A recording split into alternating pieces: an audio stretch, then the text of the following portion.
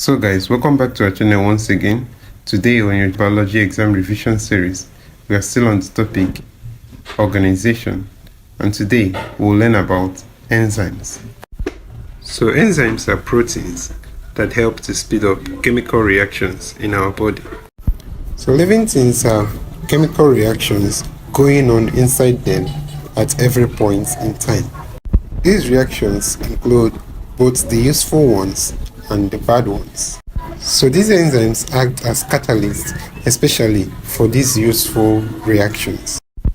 Now these enzymes are proteins, and like we all know, proteins are made up of chains of amino acids. Now these chains are folded into unique shapes, which is actually important for the action of the enzymes. So every enzyme has an active site with a unique shape, which fits onto the substrate involved in a reaction. It is also important for us to take note that enzymes are specific in their actions.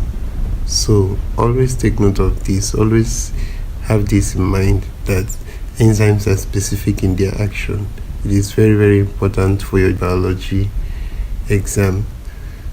So the reason is this: if enzymes need to catalyze a reaction, then the substrate has to fit into the active site of the enzyme before the enzyme will be able to catalyze such reaction. So there is one more thing you won't really see from this illustration, and that is the fact that the active site of the enzyme will have to change shape in order to bind with a more tighter fit to the substrate, and this is called induced fit model of enzyme action. So guys, one more last important point: also take note that enzyme activities can be affected by temperature and pH. This is very, very important for your biology exam, so always bear it in mind, take note of this. So a change in temperature will lead to a change in the rate of enzyme catalyzed activities. So just like every other reaction, an increase in temperature will favor the enzyme catalyzed reactions. So as temperature increases, the rate of these reactions keep increasing until the temperature gets too high.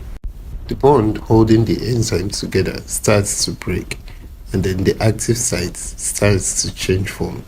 So the substrate can no longer fit in to the active site. At this point, the enzyme is said to be denatured. The pH can also interfere with the bonds holding the enzyme if it is too high or too low. This, however, will also change the shape of the active site and denature the enzyme. So enzymes have an optimum pH which they work best at. This pH is most times the neutral pH, which is 7. But this is not always the fact. For instance, the enzyme pepsin, which is found in the stomach, can work at a pH of about 2. So which means it can work well in an acidic condition.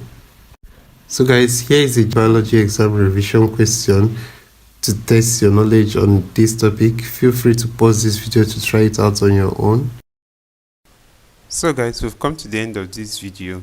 If you are new to this channel, please ensure to join our Telegram channel using the link in the description of this video below to get instant updates and notifications for your exams. Don't forget to like and share this video with your friends if this video was helpful. Also ensure to subscribe to our channel for more videos like this. Thank you.